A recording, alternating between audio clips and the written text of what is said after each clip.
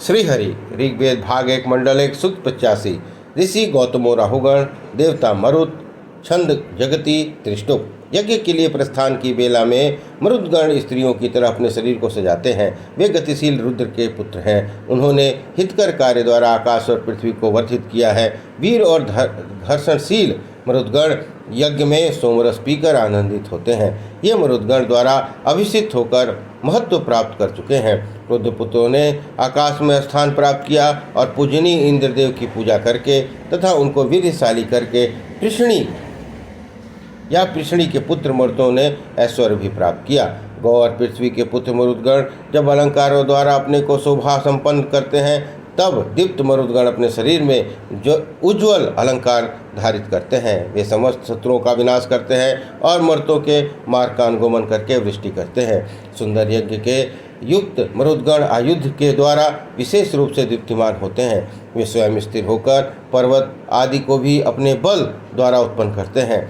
जिस समय आप लोग अपने रथ में बिंदु चिन्हित मार्गों को योजित करते हैं उस समय हे मरुदगण आप लोग मन की तरह वेगवान और वृष्टि सेवन कार्य में नियुक्त होते हैं। अन्न के लिए मेघ को वर्षाण प्रेरण करके बिंदु चिन्हित मृग को रथ में योजित करें। उस समय उज्ज्वल सूर्य के पास से जल की धारा छूटती है और जल से सारी भूमि भींग जाती है।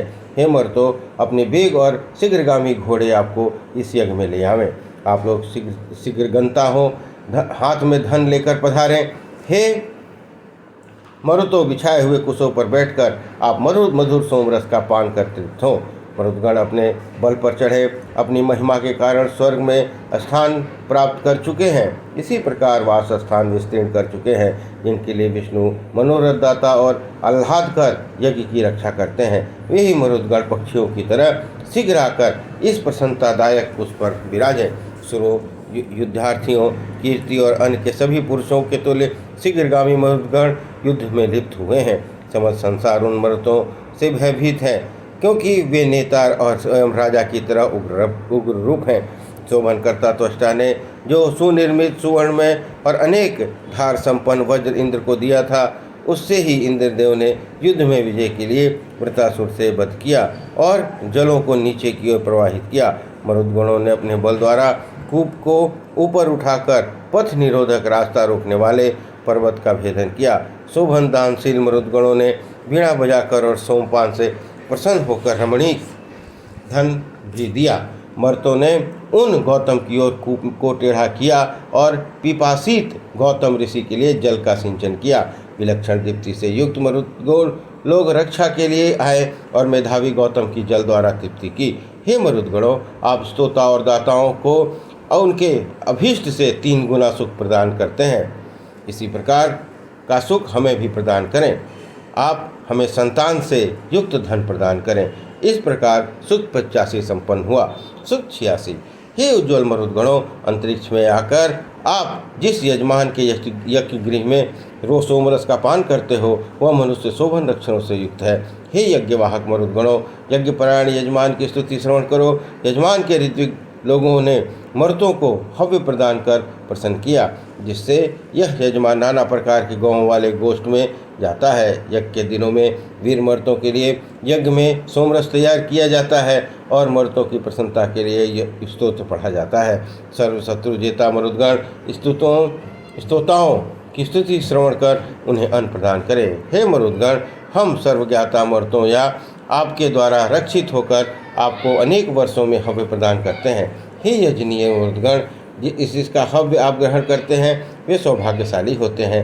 हे प्रकृति बल संपन्न नेता मरुदगण आपकी स्तुति में तत्पर और मन उच्चारण करने में कारण परिश्रम से उत्पन्न स्वेद संपन्न और अपने अभिलाषी स्तोताओं की अभिलाषा को जाने।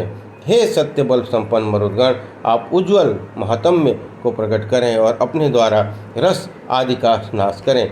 गहन अंधकार को हटाएं। राक्षा जाति सब भक्षकों को दूर करें। जो अभीष्ट ज्योति हमें चाहिए उसे प्रकाशित करें। इस प्रकार सूक्त 86 संपन्न हुआ। सूक्त 87। ऋषि गौतमो राहुगण देवता मरुद देव छंद जगति।